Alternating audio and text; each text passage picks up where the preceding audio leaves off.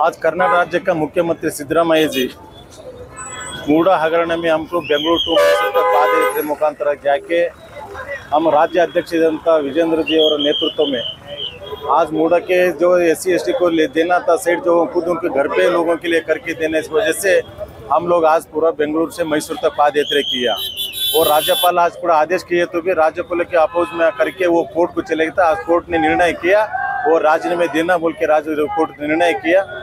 बहुत जल्दी उन राजीनामे के घर जाने दो बोल के हम लोग आप मुखांतर बोलने के लिए जिद करता हूँ। Thank you.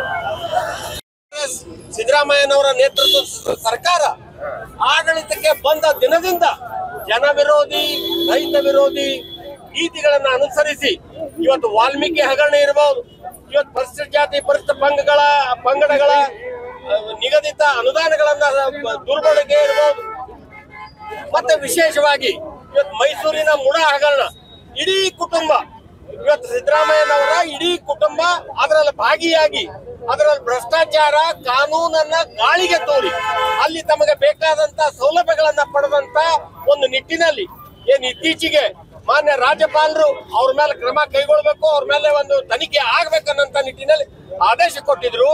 ಅದರ ವಿರುದ್ಧ ಮಾನ್ಯ ಸಿದ್ದರಾಮಯ್ಯನವರು ಉಚ್ಚ ನ್ಯಾಯಾಲಯಕ್ಕೆ ಹೋಗಿದ್ರು.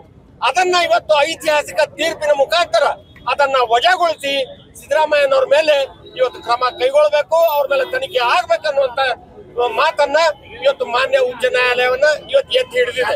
ಆ ನಿಟ್ಟಿನಲ್ಲಿ ಇವತ್ತು ಸಿದ್ದರಾಮಯ್ಯನವರು ಒಂದೇ ಒಂದು ನಿಮಿಷ ತಡ ಮಾಡದೇನೆ ತ್ವರಿತವಾಗಿ ತಮ್ಮ ಕಾರ್ಯಾಲಯ ತಮ್ಮ ಕುರ್ಚಿ ಬಿಟ್ಟು ಕೆಳಗಿಳಿಬೇಕು, ರಾಜೀನಾಮೆ ನೀಡಬೇಕು ಅನ್ನುವಂತ ಒತ್ತಡವನ್ನ ಭಾರತೀಯ ಜನತಾ ಪಾರ್ಟಿ ಎಲ್ಲ ಜಿಲ್ಲೆಗೂ ವಿಶೇಷವಾಗಿ ಇವತ್ತು ಕಲಬುರಗಿ ಜಿಲ್ಲೆಯಲ್ಲಿ ನಮ್ಮ ಜಿಲ್ಲಾಧ್ಯಕ್ಷರುಗಳಾದಂತ ಶ್ರೀಯುತ ಚಂದು ಪಾಟೀಲ್ ಜಿ ಅವರು, ಶಿವರಾಜ್ ಪಾಟೀಲ್ ಜಿ ಅವರು, ಮತ್ತೆ ನಮ್ಮ ಜನಪ್ರಿಯ ಶಾಸಕರಾದಂತ ಬಸವರಾಜ್ ಮತ್ತಿಮೇಡು ಅವರು, ಮತ್ತೆ ನಮ್ಮ ಯುವ ನಾಯಕರು ನಮ್ಮ ನಾಯಕರಾದಂತ ನಿತಿನ್ ಗುತ್ತೇದಾರ್ ಜಿ ಅವ್ರ ಜೊತೆ ಇವತ್ತು ಅಸಂಖ್ಯಾತ ಮಹಿಳಾ ಮೋರ್ಚಾದ ನಮ್ಮೆಲ್ಲ ಶ್ರದ್ಧೆ ತಾಯಂದಿರು ಇವತ್ತಿದ್ದಾರೆ. ಬಹಳ ದೊಡ್ಡ ಸಂಖ್ಯೆಯಲ್ಲಿ ಇವತ್ತು ಅತ್ಯಂತ ಕಡಿಮೆ ಸಮಯದಲ್ಲಿ ನಾವು ಇಷ್ಟು ದೊಡ್ಡ ಸಂಖ್ಯೆಯಲ್ಲಿ ಇವತ್ತು ಜನಸಾಮಾನ್ಯರು ಕೂಡ ನಾವು ಸೇರಿದೀವಿ.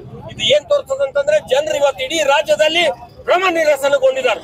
ಈ ಜನ ವಿರೋಧಿ ರೈತ ವಿರೋಧಿ ಈ ರಾಜ್ಯವನ್ನ ಮುನ್ನಡೆಸಲಿಕ್ಕೆ ಇವ್ರಿಗೆ ಯಾವುದೇ ಹಕ್ಕಿಲ್ಲ ಅನ್ನುವಂತ ಮಾತನ್ನ ಇವತ್ತು ಹೇಳ್ತಾ ಇವರು ತ್ವರಿತವಾಗಿ ರಾಜೀನಾಮೆ ನೀಡಬೇಕು ಅನ್ನುವಂತ ಒತ್ತಡವನ್ನು ನಾವು ಇವತ್ತಿನಿಂದ ಮಾಡ್ತಾ ಇದ್ದೀವಿ.